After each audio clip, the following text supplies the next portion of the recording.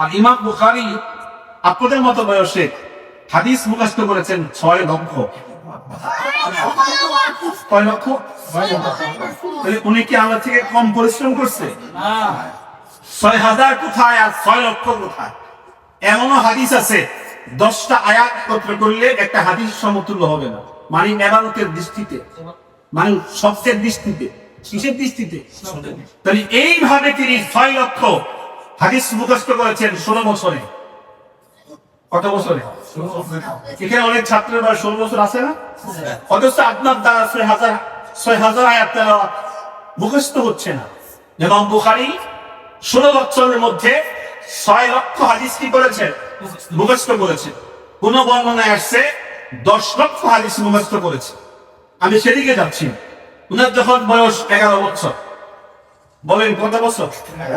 11 বছর বয়সে ইমাম বুখারী এক উস্তাদের সামনে ছাত্র হয়ে তিনি হাদিসের দর্শে বসছেন।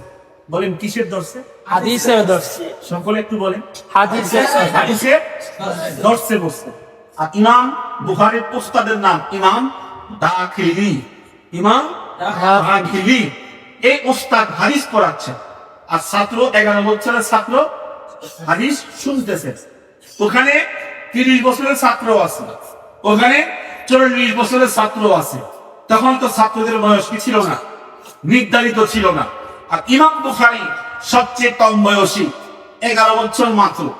যখন হাদিস পড়ানো শেষ, ইমাম বুখারী এই 11 বছরের ছাত্রটা উস্তাদকে বলেছেন, উস্তাদ আজকে যে হাদিসটা পড়াইছেন, হাদিসের সনদের মধ্যে মোট 7 জন মুহাদ্দিসের নাম হবে।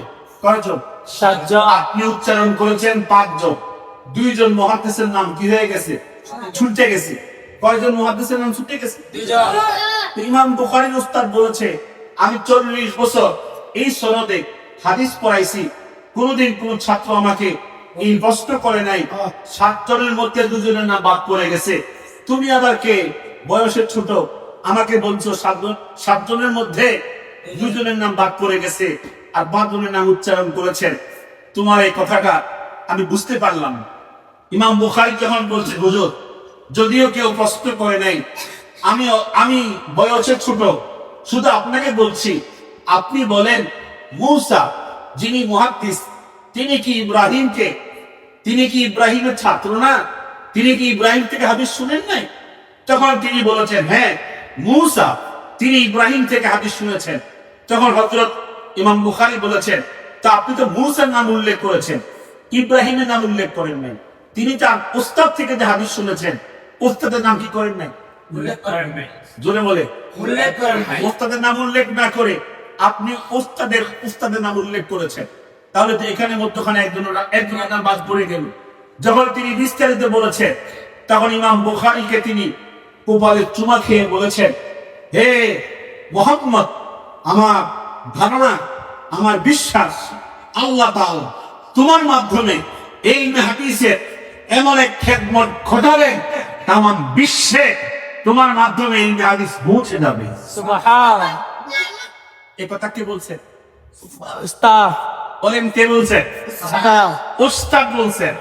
উস্তাদের কথা যখন ইমাম বুখারীর বয়স মাত্র 11 বছর, কিন্তু মাত্র 5 বছরের পরে এই কথাটা প্রতিফলিত হয়ে ইমাম বুখারীর খ্যাতি, তার সুনাম গোটা দুনিয়াতে ছড়িয়ে পড়েছে।